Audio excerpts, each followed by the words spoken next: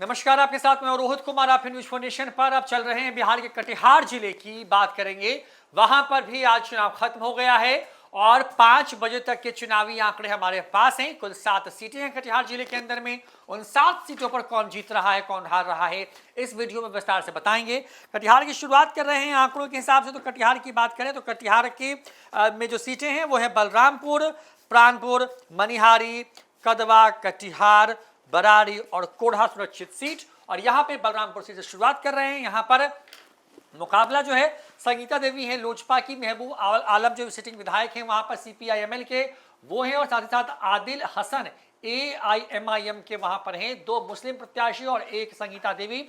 लोजपा पहली बार जो है कटिहार की बलरामपुर सीट पर एनडीए का हिस्सा है और वो चुनाव लड़ रही है। देवांशु जुड़े हमारे साथ में। बलरामपुर में किसका बल दिखेगा देवांशु? देखिए, इस बार एआईएम भी जो है बलरामपुर से लग रही। आदिल हसन स्पोक पर्सन है, नेशनल स्पोक पर्सन है एआईएमआईएम के, ये भी चुनाव लड़ रहे हैं। सवाल यह है कि महबूब आलम खुद मुस्लिम समाज से आते हैं और 2 मुस्लिम समाज के बलरामपुर का जो मुसलमान है, जो मुस्लिम समाज के लोग हैं, वो क्या करने जा रहे हैं। एआईएम का क्या इम्पैक्ट इस बार बिहार इलेक्शन 2025 में रहने वाला है, ये बहुत कुछ तय करेगा ओवरऑल नतीजे को, खास करके पूरे सीमांचल वाले पूरे बेल्ट को। महबूब आलम वैसे शख्स थे हैं कि जो 2020 में ये 50,000 से सबसे ज्यादा मार्जिन से जीतने वाले बिहार में विधायक जो है वो महबूब आलम थे। ये जो है वो 50,000 से जो है वो ज्यादा वोटों के अंतर से जो है वो चुनाव जीते थे। एग्जैक्ट आंकड़ा है 53,597 वोट से जो है वो चुनाव जीते थे।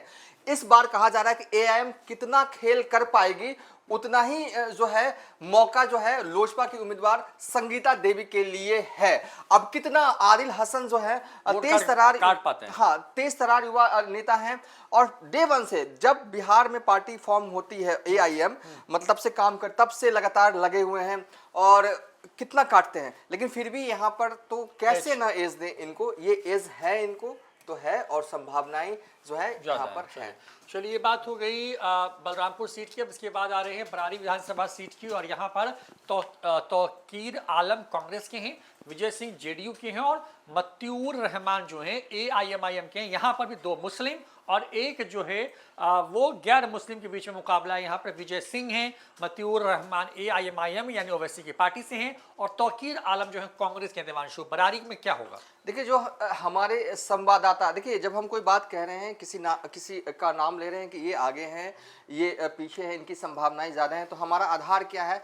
लगातार हम ये आपको हमेशा बताएंगे कि हमारे संवाददाता ने जो हमें इनपुट दिया है कटिहार से श्याम ने दिया है, उनके हिसाब से ये पोलिंग जिस तरह का ट्रेंड था, जो चीजें हो रही थी, वो क्योंकि ऑन ग्राउंड थे और उनके कई दोस्त हुए, मित्र हुए, आपस में हम सब चर्चा करते हैं कौन है यहाँ पर आगे, क्योंकि कटिहार जिले में 7 विधानसभा सीटें हैं, तो तमाम जिले का इनपुट जो है उन्होंने जो हमें दिया, उनके हिसाब से इस सीट पर जेडीयू जो है वो आगे है और ये सीट जेडीयू जो है वो निकाल सकती है। रोहित, विजय सिंह ये सीट निकाल सकते हैं। कटिहार शहरी सीट की बात कर रहे हैं। तारकिशोर प्रसाद बिहार के पूर्व डिप्टी सीएम रह चुके हैं, बीजेपी से आते हैं और सौरभ अग्रवाल वीआईपी पार्टी के हैं। यहाँ पे वीआईपी वर्सेस बीजेपी की लड़ाई है कटिहार शहरी सीट में। देवांशु, कटिहार में तारकिशोर क्या दोबारा से जीत रहे हैं या सौरभ अग्रवाल जो वीआईपी के हैं वो इस सीट को निकाल रहे हैं?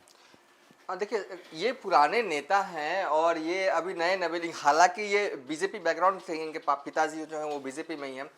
अब ये सीट जो श्याम की तरफ से, देखिए लड़ाई हुई है, यहाँ पर फाइट हुई है और चुनाव से 2-4 दिन पहले जो है तारकिशोर का एक वीडियो भी वायरल हो जाता है। पत्रकार हालांकि सवाल पूछा जाता है कि भाई आपने काम किया नहीं, तो साहब जो है माइक हटाने लगते हैं और जेल में डालने की बात करने लगते हैं। डिप्टी सीएम रह चुके हैं बिहार में, जब एनडीए की सत्ता में वापसी हुई थी। सवाल पे इस तरीके से भड़क जाना, खैर जो हो, लड़ाई जो है यहाँ पे जो हुई है वो कांटे की हुई है।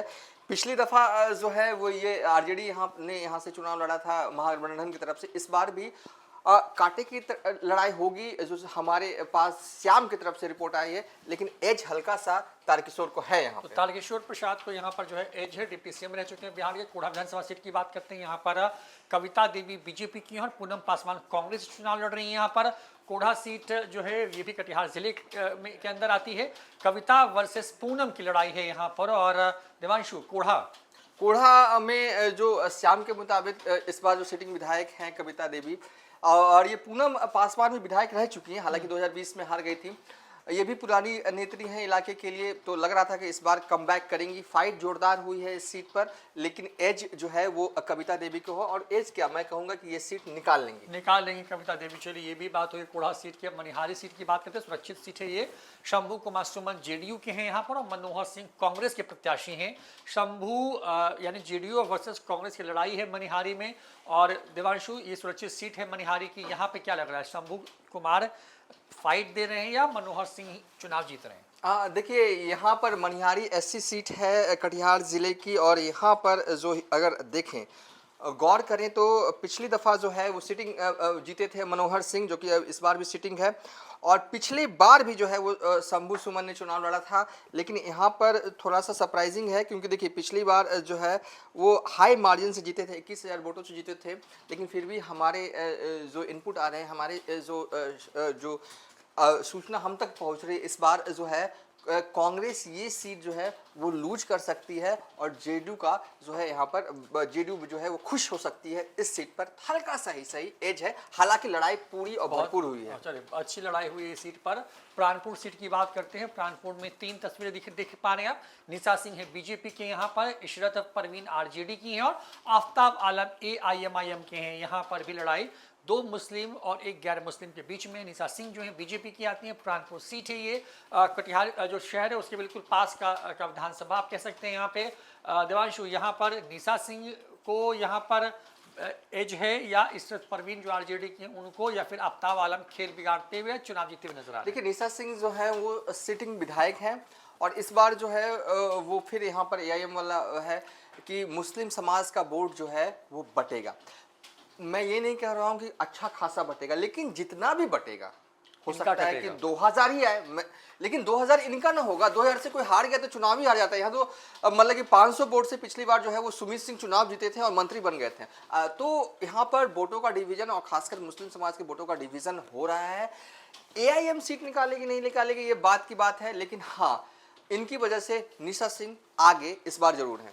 आगे हैं। चलिए, निशा सिंह, इसमें प्राणपुर सीट की बात की। अब ये बात करें कदवा विधानसभा सीट की।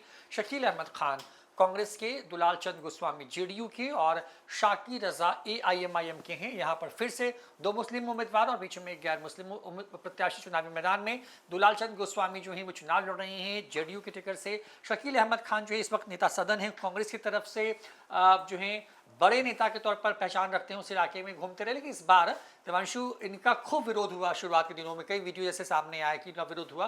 हालांकि राहुल गांधी के बेहद करीबी लोगों में गिने जाते हैं।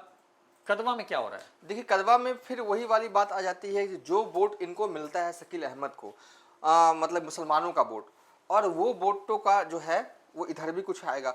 मैं अभी जो हमारे पास इनपुट आया है कदवा से कि कुछ भी हो सकता है, क्योंकि जो शख्स जेडीयू से चुनाव लड़ रहे हैं वो दुलाल चंद गोस्वामी हैं। ये भी जो है इस बार मजबूत स्थिति में जो है वो दिख रहे हैं। हालांकि इस सीट को हम जो है वो 14 तारीख के लिए छोड़ेंगे। हम बस इतना करेंगे, फाइट, जबरदस्त फाइट हुई है। चलिए, फाइट हुई। तो चलिए, हमने बात कर ली आपको ओवरऑल जो है कटिहार सीट की, और यहाँ पर कुल जो 7 सीटें थी हमने उसका एक एक करके आपके पास आंकड़ा रखा, जो हमारे पास ग्राउंड रिपोर्टर्स के हिसाब से थे। वहाँ के जो स्थानीय स्तर के जो नेता थे, स्थानीय पत्रकार हैं, उन तमाम लोगों के जो फीडबैक थे वो मल्टी लेवल पर हमने उसको एक तरह से फिल्टर किया और आप तक वो आंकड़ा लाने की कोशिश की। ये वो जिले हैं जहाँ पर रिकॉर्ड मतदान हुआ है। किशनगंज में तो रिकॉर्ड ही टूट गया है, 76% ज़्यादा मतदान की खबर है शाम के 5 साढ़े 5 बजे के आसपास ही। तो इस तरीके से जो है रिकॉर्ड टूटा है इन चुनावों में। मत प्रतिशत खूब बढ़ा है, बम्पर वोटिंग हुई है। अब ये देखना होगा कि ये वोट किसकी तरफ जा रहा है। लेकिन कटिहार का जो गणित था हमने आपको इस पूरे वीडियो में दिखाया। अब इंतजार है 14 तारीख का जब EVM खुलेगा और उसके बाद एक एक करके मतों की गिनती होगी। फिलहाल इतना ही। दिखते रहिए न्यूज़ 4 नेशन। नमस्कार।